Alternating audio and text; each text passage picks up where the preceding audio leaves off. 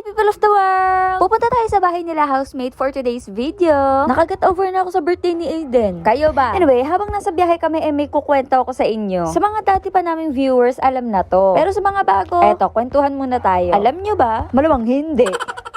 O basta, 8 months ko lang napanganak si Aiden. Diba ang sabi nila okay na yung 7 months or 9 months ka manganak? Wag lang 8 months kasi yun yung mas delikado. At buti naman walang diferensya si Aiden. Tapos, ang due date ko talaga is July 22. Pero napanganak ko si Aiden is June 30. Sayang nga at hindi umabot sa birthday ni housemate. Kasi ang birthday ni housemate is July 7. Isang handaan na lang sana, sayang.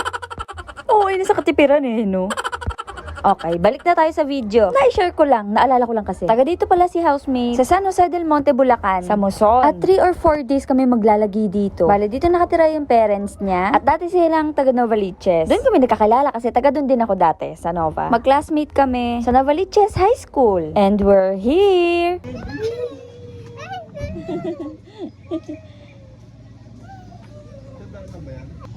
there!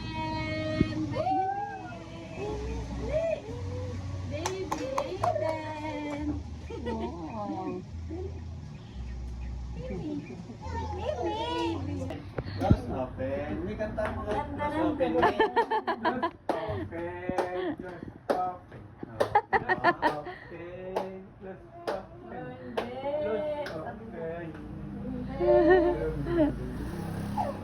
Ay, sus.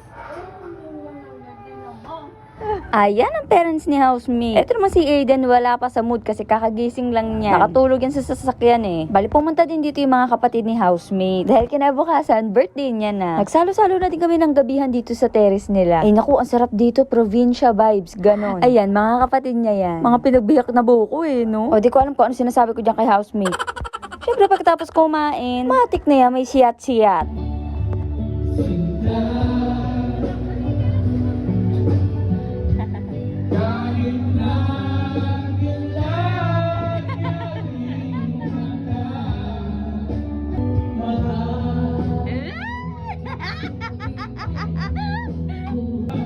Isang tingin to.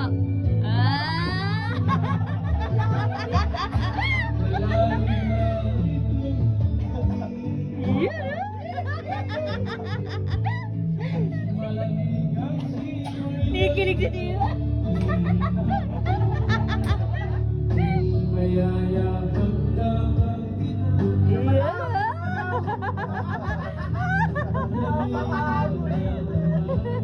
Bunso pa naman Johnny. Malaki na si Johnny.